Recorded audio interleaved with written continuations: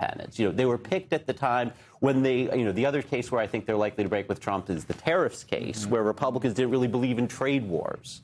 And so I think what has happened is that the justices, they're still partisan Republicans, but they are Paul Ryan Republicans. They aren't Donald Trump Republicans, or at least some of them are Paul Ryan Republicans. And when they break with Trump, I think that explains why. Ian, when it was announced that there was an investigation into Fed Chair Jerome Powell, the Fed chair went on offense. Yeah. Let's watch part of what he put out in video.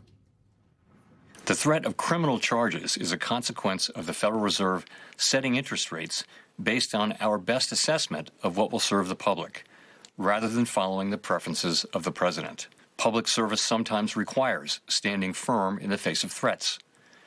I will continue to do the job the Senate confirmed me to do, with integrity and a commitment to serving the American people.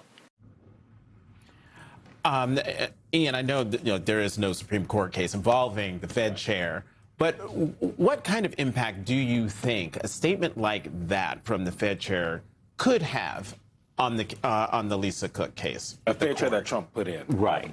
Yeah, the issue with Jerome Powell is basically the same as the issue with Lisa Cook. In both cases, Trump's kind of making up a sham reason or looking for a sham reason to try to interfere with the Fed's independence.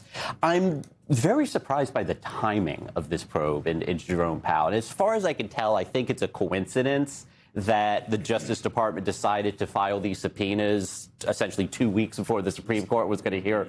But, are you stupid? Why would you antagonize the court in that way? Why would you make it so obvious that something nefarious is going on here 2 weeks before the Supreme Court is about to hear this important case? Well, because they don't care what the Supreme Court apparently, yeah. Ian Millhiser, thank you so much for coming on this Sunday. Still to come, Saturday Night Live return from their holiday break with a bang. We'll have some highlights. And remember, if you've got a question or a comment for us at home,